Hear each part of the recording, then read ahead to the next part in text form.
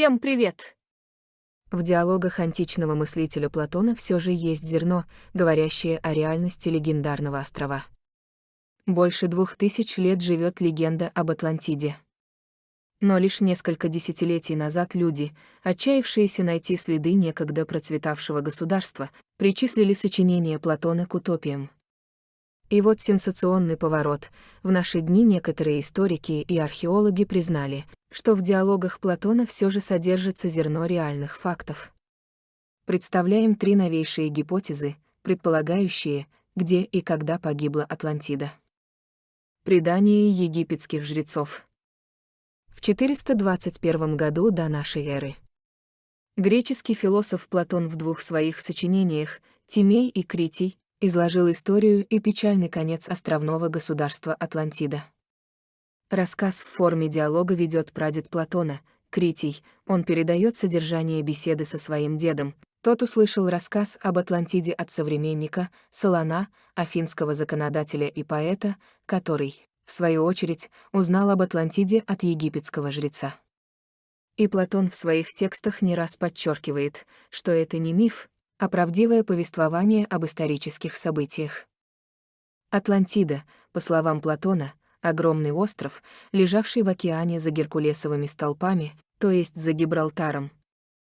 В центре острова возвышался холм, на котором стояли храмы и царский дворец. Акрополь, верхний город, защищали два ряда земляных насыпей и три водных кольцевых канала. Наружное кольцо соединялось с морем 500-метровым каналом, по которому во внутренний порт заходили корабли. Жизнь Атлантиды предстаёт полной благополучия.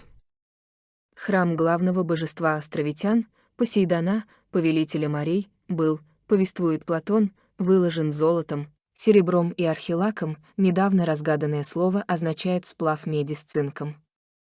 Другой храм, посвященный Посейдону и его супруге Клейто, прародительнице всех атлантов, обнесен золотой стеной. Стояли также золотая статуя Посейдона и золотые изваяния Нереид, многочисленных дочерей морского божества. Атланты имели бронзовое оружие и 1000 боевых колесниц. Недра давали медь и серебро. Народ развлекался конскими скачками, к его услугам были термальные бани, на острове били два источника, холодной и горячей воды. Корабли спешили в гавань Атлантиды с керамической посудой, пряностями, редкостными рудами. Для снабжения порта пресной водой русло реки было повернуто.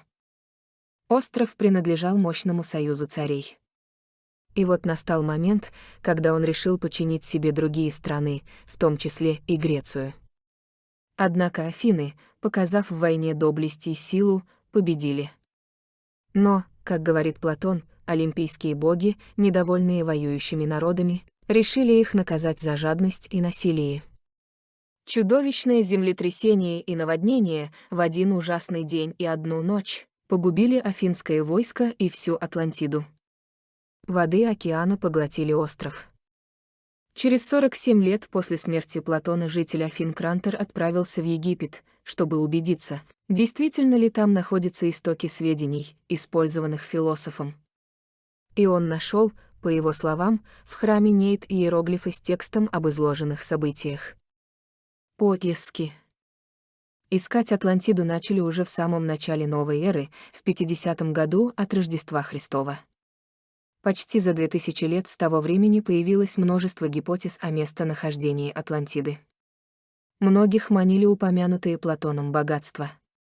Подумать только, завладеть золотыми стенами и статуями. Большинство толкователей Крития и Тимея указывало на ныне существующие острова Атлантического океана. Но были и другие ориентиры. Среди 50 точек на Земле, определенных энтузиастами для поисков Атлантиды, встречаются и совсем фантастические, например, Бразилия или Сибирь, о существовании которых древний философ и не подозревал. Новый взлет интереса к поискам легендарного острова возник после Первой мировой войны. Усовершенствованная в военное время подводная техника побудила авантюрных дельцов организовать кампании в нескольких странах для поиска таинственной Атлантиды. Например, во французской газете «Фигаро» появилась такая заметка. В Париже создано общество по изучению и эксплуатации Атлантиды. Компании, разумеется, лопались одна за другой, но русский писатель Александр Беляев нашел в газетной публикации сюжет для своей фантастической повести «Последний человек из Атлантиды». Проблеме утонувшего острова посвящено более 50 тысяч публикаций. Кино и телевидение тоже внесли в этот сюжет свой вклад.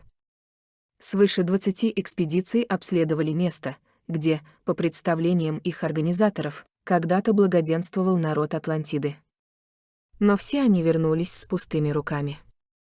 К двум главным вопросам — где и когда. Уже в нашем веке добавились возражения археологов, посчитавших фантазией рассказ об изобилии на острове золота и серебра. К выдумкам Платона они отнесли и сеть каналов, круговых и ведущего к морю, внутренний порт и другие гидротехнические сооружения, не по силам, были в те времена столь крупномасштабные дела.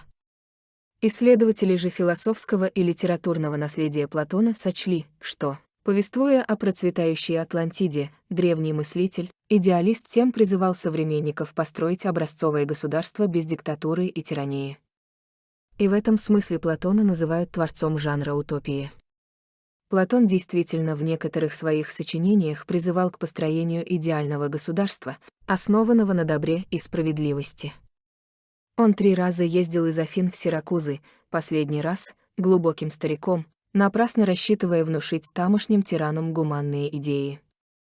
Что же касается времени гибели острова в океанской пучине, то Платон назвал противоречащую всем данным современной науки дату.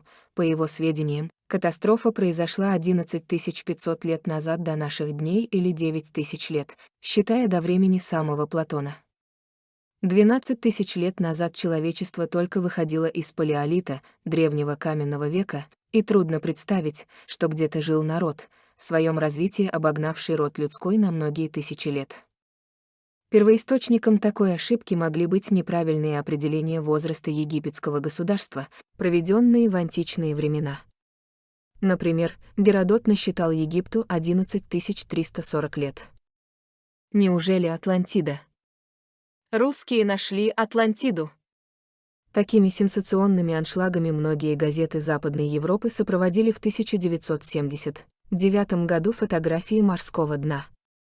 На снимках под слоем песка отчетливо были видны вертикальные гряды, напоминающие стены разрушенного города. Впечатление о древних городских развалинах усиливалось тем, что по дну проходили другие гряды под прямым углом к первым. Подводные снимки были сделаны научно-исследовательским судном Московского университета «Академик Петровский».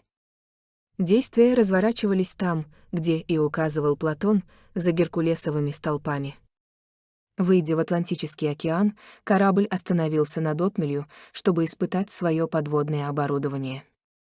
Чистый случай помог выбрать место для стоянки как раз над подводным вулканом Ампер. Удалось установить, что вулкан Ампер когда-то выступал из воды и был островом.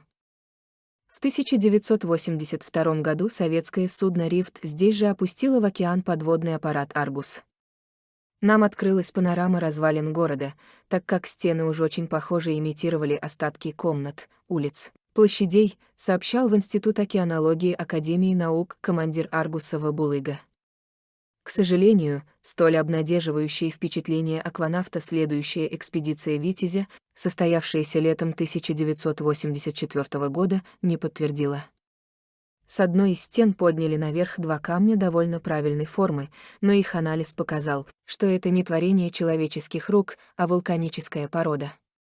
Командир экипажа «Аргуса» доктор геолого-минералогических наук А. Городницкий пишет, скорее всего, камень представляет собой застывшую лаву, некогда вылившуюся через трещины вулкана. Была обследована и еще одна подводная гора, Жозефин, тоже древний вулкан, а в прошлом остров. Городницкий предложил свою модель грандиозной геологической катастрофы далекого прошлого. Возникла она из-за резкого смещения в северном направлении африканской тектонической плиты. Столкновение ее с европейской плитой вызвало на востоке извержение вулкана Санторин, а на западе — погружение в океан упомянутых вулканических островов. Эта гипотеза не противоречит геолого-геофизическим данным современной науки. Однако в очередной раз Атлантида оказалась не увлекательной гипотезой, а всего-навсего мифом. Ученые не нашли никаких следов остатков материальной культуры атлантов.